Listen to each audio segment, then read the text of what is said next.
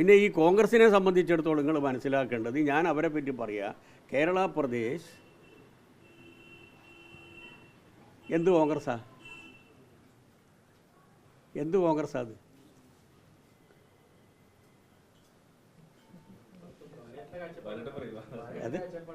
അതെ, ഞാൻ പറഞ്ഞില്ലേ, കൂടോത്തര കോൺഗ്രസ്സാണത്. കൂടോത്തര കോൺഗ്രസ് എന്ന് പറയുമ്പോൾ നിങ്ങൾ ചില്ലറയായിട്ട് കണക്കാക്കരുത്. അത് വിശ്വസിക്കുന്ന ആൾക്കാരെ സംബന്ധിച്ചിടത്തോളം വല്ലാത്ത പ്രശ്നം ഉണ്ടാകും. ഒരു 2-3 കൂടോത്തരക്കാരെ കൊണ്ടുവന്നിട്ടാണ് ഈ സാധനം ഒപ്പിച്ചിട്ട് KPCC പ്രസിഡൻറ്റിൻ്റെ വീട്ടിൻ്റെ മുമ്പിൽ കുഴിച്ചിട്ടത് 1 വർഷം മുമ്പേ. ഇത് കണ്ടുപിടിച്ച സമയത്ത് സുധാകരൻ പറഞ്ഞെന്താണെന്നറിയോ, 1 കൊല്ലം കഴിഞ്ഞിട്ടാണ് ഞാനിത് കാണുന്നത് എങ്കിൽ എൻ്റെ തല പൊട്ടി പോകുമായിരുന്നു, ഇപ്പം കണ്ടതുകൊണ്ട് രക്ഷപ്പെട്ടു എന്നാണ്.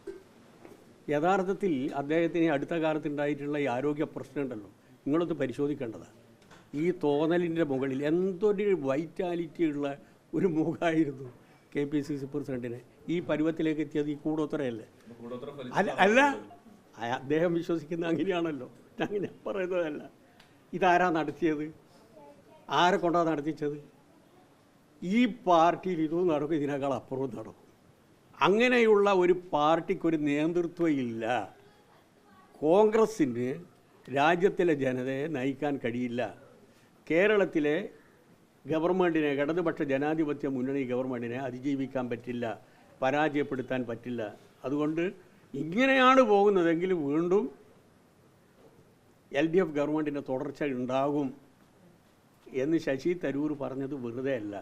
അപ്പോൾ ആ രൂപത്തിലുള്ള ഒരു ആശങ്ക പൊതുവിൽ ജനങ്ങളിലുണ്ട് എന്ന് മാത്രമല്ല, ഇടതുപക്ഷ ജനാധിപത്യ മുന്നണി ഗവൺമെൻറ് വീണ്ടും അധികാരത്തിൽ വരും എന്നുള്ളതിൻ്റെ ശക്തമായിട്ടുള്ള സന്ദേശമായിരുന്നു ഇപ്പം നടന്ന ഗ്ലോബൽ മീറ്റ്.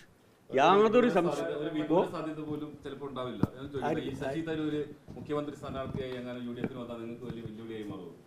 ഞങ്ങളിപ്പോൾ ആര് വന്നു കഴിഞ്ഞാലും ഞങ്ങൾക്കതിൽ പ്രശ്നമില്ല.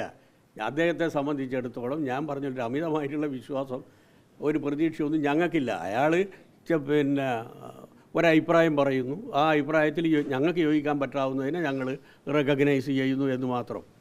അത് അവരുടെ ആഭ്യന്തര പ്രശ്നം. പക്ഷേ കേരളത്തിലെ ഇടതുപക്ഷ ജനാധിപത്യ മുന്നണി ഗവൺമെൻറ്റിനെതിരായി നാളെ ഇതുവരെ പടച്ചുണ്ടാക്കിയിട്ടുള്ള ആരോപണങ്ങളെല്ലാം വളപൊട്ടുന്നത് പോലെ പൊട്ടിച്ചു അദ്ദേഹം. ആ ഭാഗത്തോടാണ് ഞങ്ങൾക്ക് യോജിപ്പുള്ളത്.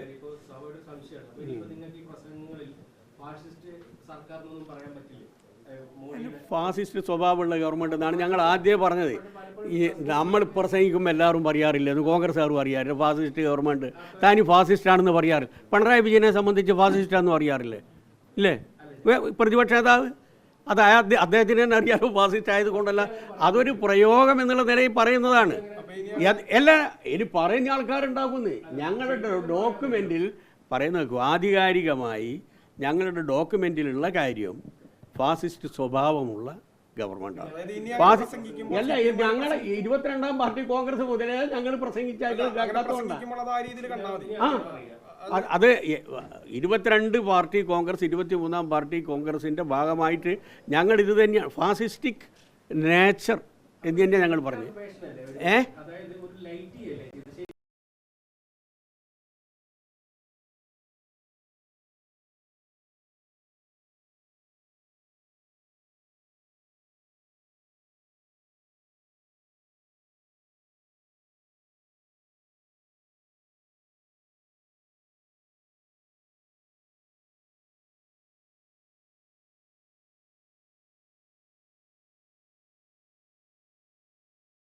പാർട്ടിക്ക് രാഷ്ട്രീയമായ പ്രചരണം നടത്തുന്ന ഉത്തരവാദിത്വമുള്ള ഒരു പാർട്ടി, ചെറിയ പാർട്ടിയായിരിക്കാം. CPM-നെ സംബന്ധിച്ചിടത്തോളം വസ്തുതയല്ല എന്ന് പറയാൻ പറ്റില്ല. ഇതിപ്പോൾ ഭീകരമുഖം RSSൻ്റെ ഭീകരമുഖവും BJP ഗവൺമെൻറ്റിൻ്റെ ഭീകരമുഖവും തുറന്നു കാട്ടുന്നതിന് ഇതൊരു ഫാസിസ്റ്റ് ഗവൺമെൻറ്റാണ് എന്ന് ഞങ്ങൾ പറഞ്ഞു കഴിഞ്ഞാൽ ഫാസിസത്തെ സംബന്ധിച്ച ഞങ്ങളുടെ ധാരണയിൽ വരുന്ന തെറ്റാണത്, പെശകാണത്. ഇപ്പോൾ ഫാസിസത്തിലേക്ക് നീങ്ങാൻ സാധ്യതയുള്ള ഒരു ഗവൺമെൻറ്, ആ സാധ്യത വരാതിരിക്കുന്നതിന് വേണ്ടിയിട്ടുള്ള മുൻകരുതൽ എന്നുള്ള നിലയിലാണ് ഈ രാഷ്ട്രീയ പ്രമേയത്തിൽ ഈ ഒരു ഭാഗം വന്നത്. ഒന്നും വരില്ല. ഇങ്ങനെ ഫാസിസ്റ്റ് സ്വഭാവമുള്ള ഗവൺമെൻറ്റാണ് ഇന്നല്ലെങ്കിൽ നാളെ ഫാസിസത്തിലേക്ക് നീങ്ങുന്നതിൻ്റെ ഏറ്റവും നല്ല തെളിവാണ് ഇന്ത്യ രാജ്യത്തിൻ്റെ ഭരണഘടന ടോർപ്പിഡോ ചെയ്യാനുള്ള പ്രവർത്തനം എന്ന് പറഞ്ഞ് ഞങ്ങളിത് എത്ര കാലമായി നടിച്ചുകൊണ്ടിരിക്കുന്നു. നിങ്ങൾ പറയുന്നില്ല എന്നല്ലാണ്ട് ഞങ്ങളിത് എത്ര കാലമായി കോൺഗ്രസ്സുകാർ പറയുന്നുണ്ടോ? ഞങ്ങളിത് എത്ര കാലമായി പറയുന്നത്? അതിൻ്റെ അകത്ത് ഒരു പ്രശ്നവുമില്ല. വസ്തുതയായിട്ട് പറയണം. അതാണ് മാർക്സിസം. ഇല്ലാത്തൊരു കാര്യം ഞങ്ങൾക്ക് പറയാൻ പറ്റില്ലല്ലോ, ഉള്ള കാര്യമാണ്. അവിടെ എല്ലാം അത് ഞങ്ങൾ അവർ പറയുന്നതിനോട് ഏതെങ്കിലും രൂപത്തിലുള്ള വിയോജിപ്പ് ഞങ്ങൾക്കുണ്ടെങ്കിൽ വിയോജിപ്പ് ഐഡിയോളജിക്കലായി പ്രത്യയശാസ്ത്രപരമായിട്ടാണ് ഞങ്ങൾ നേരിടുക. ഇപ്പോൾ CPM-ഉം CPI-യും തമ്മിൽ ഐഡിയോളജിക്കലായിട്ടുള്ള രാഷ്ട്രീയമായിട്ടുള്ള അഭിപ്രായ വ്യത്യാസം കൊണ്ടല്ല രണ്ട് പാർട്ടിയായിട്ട് നിൽക്കുന്നത്. CPI ML-ഉം ഞങ്ങളും തമ്മിൽ അടിസ്ഥാനപരമായിട്ടുള്ള വ്യത്യാസമുള്ളത് കൊണ്ടല്ലേ രണ്ട് പാർട്ടിയായിട്ട് നിൽക്കുന്നത്. അപ്പോൾ പ്രത്യയശാസ്ത്രപരമായിട്ടുള്ള കാര്യങ്ങളിൽ ഐഡിയോളജിക്കൽ കൺഫറൻറ്റേഷൻ ഉണ്ടാകും. ആ കൺഫറൻറ്റേഷൻ്റെ ഒരു വേദിയാണ് ഇപ്പോൾ നടക്കുന്ന പാർട്ടി കോൺഗ്രസ്സിലെ ചർച്ചകൾ. അത് നടക്കട്ടെ ആരോഗ്യകരമായിട്ട്. അതിനെന്താ നമ്മളെന്തിനാ കോൺഗ്രസ്സുകാർ പങ്കെടുക്കട്ടെ. ഇത് നാളെ രമേശ് ചെന്നിത്തലയും അതുപോലെ തന്നെ നമ്മുടെ ബഹുമാനപ്പെട്ട പ്രതിപക്ഷ നേതാവ് സതീശനും ഭേദഗതി കൊടുക്കട്ടെ. CPM പറയുന്നത് പോലെ എല്ലാ കാര്യവും ഇവിടെ ഫാസിസം വന്നിരിക്കുന്നു. ഞങ്ങളുടെ സെൻട്രൽ കമ്മിറ്റി, ഞങ്ങളുടെ പാർട്ടി കോൺഗ്രസ് അതാണ് അംഗീകരിക്കുന്നതെങ്കിൽ നമുക്ക് അത് ഇൻകോർപ്പറേറ്റ് ചെയ്യാം.